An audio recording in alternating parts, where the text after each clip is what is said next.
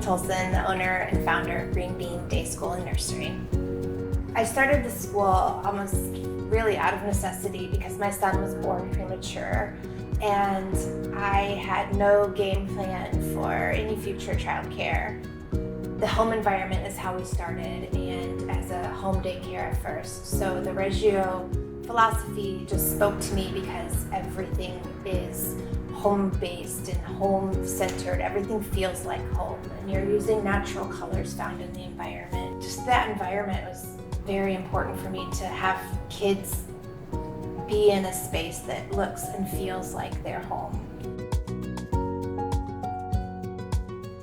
Lindsay Lautzheim, the Director of Admissions here at Greenbean. The maximum group size for each of the classrooms is dependent on the square footage of each room. The nursery classrooms accommodate ages 6 weeks to 15 months, and the ratio is 1 to 4. The maximum group sizes for the nurseries are 9, 10, and 11 babies for each of our nursery classrooms. In the nursery, we use infants' 5 senses to create a sensory experience and use these experiences to build on each other to help infants learn. We do investigations into specific topics that they experience every day to help them learn about their world and how things work. So in the nursery classrooms, we're really focusing on the basic needs and schedule that you've laid out for your child. In bringing your baby to Greenbean, they'll have access to play with a lot of other children their age, and with that also brings a lot of opportunity for modeling. Younger children get to watch older children learn to walk and crawl and self-serve food. So there's a lot of great exposure that they have in coming into an environment like this. The Greenbean is a Reggio-based school. I think it reflects in the environment. We try to be really thoughtful about how the environment could play a third teacher in a child's day here.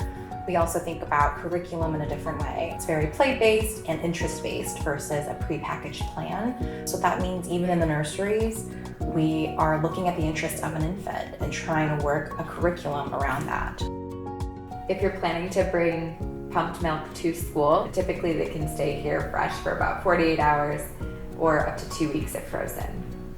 Formula-fed babies can keep a set of bottles and a container of formula here, and the teachers will sanitize bottles throughout the day in our commercial dishwasher. The age range for the younger toddler classrooms is 15 months to 2 years old. The ratio is 1 to 5. The maximum group size is 9 and 15 kids for each of our younger toddler classrooms. Their day is a little bit more structured. They have a morning meeting, they have a structured meal time, they sleep on cots during nap time, and all sleep at the same time after lunch. They do get outside to play, and then outside of those things, they rely a lot on teacher provocation for unique play experiences. That might be water play or unique sensory experiences, things that they typically may not have access to at home. Every classroom has their own culture, and we totally value that because every teacher brings something different. So every classroom has a different lens at which they approach the Reggio philosophy, and that does make for a really unique experience in each classroom. For the older toddler classroom, the age range is 2 to 3 years old, and they can have a ratio of 1 to 8. Maximum group sizes are 7 kids and 16 kids for each of our older toddler classrooms. They're working a lot on self-help skills, so typically a 2-year-old is very much interested in doing things on their own by themselves, so we try to give them a lot of opportunity to do that, with the support of the teachers being right there next to them, available to help when they need it. Valuing a child's independence and ability to learn on their own, and us fostering that is what we try to create.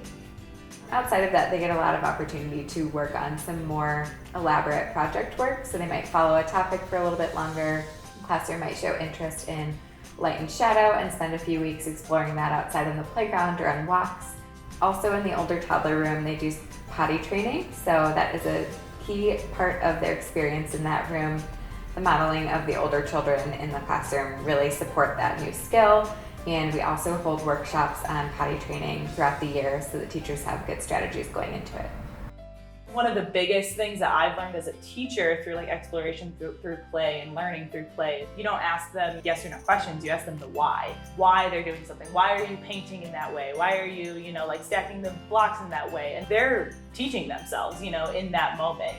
The age range for the preschool classrooms are 3 to 4 years old. They can have a maximum of 10 and 20 kids, and the ratio is 1 to 10.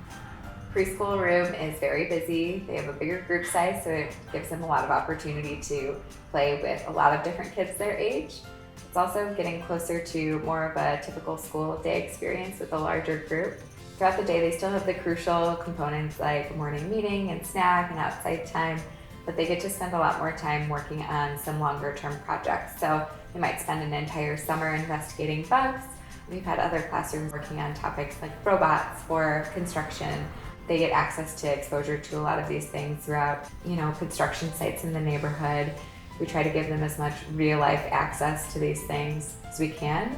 They also get to go on field trips and experience a lot of first-hand exposure to real life concepts that they're learning. The development of self-help skills doesn't stop in the preschool room, so the kids are continuing to work on problem solving with unique experiences that they have as they get older.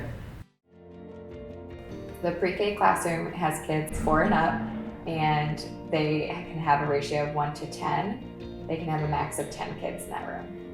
In the pre-K classroom, they spend more time focusing their investigations on areas that might lend themselves to kindergarten preparedness. So they're spending more time working on some fine motor skills. They also have the ability to kind of curate the direction that they think the investigation should go.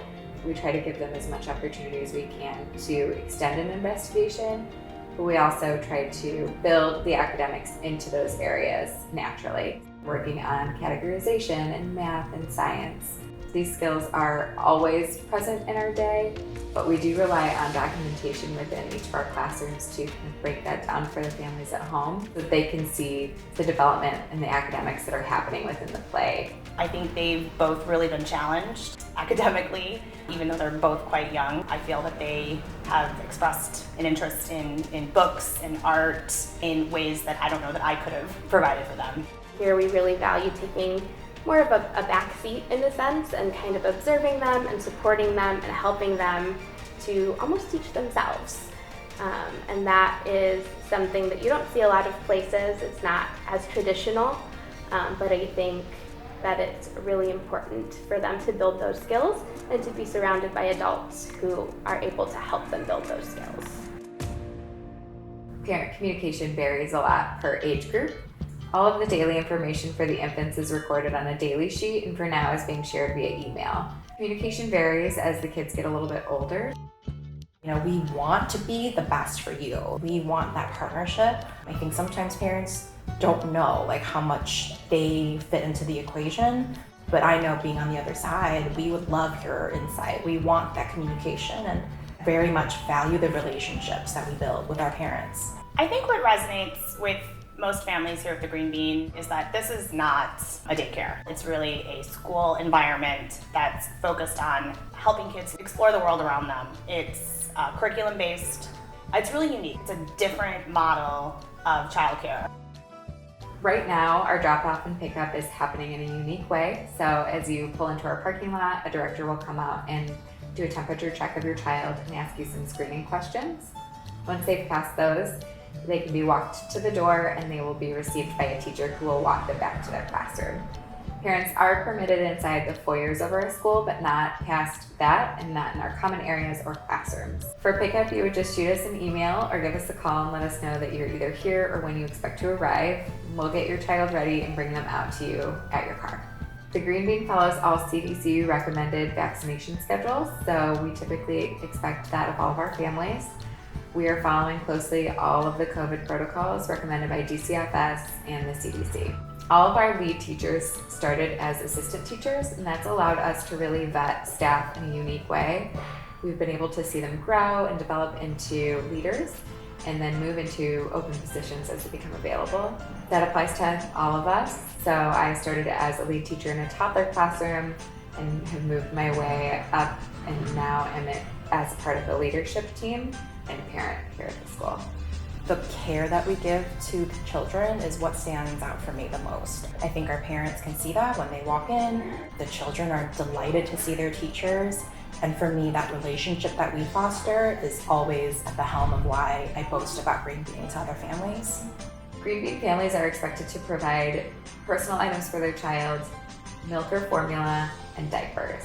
Greenbean essentially provides everything else. We will provide everything that your child would need in terms of food after breast milk or formula, from pouches and purees to snacks and full meals.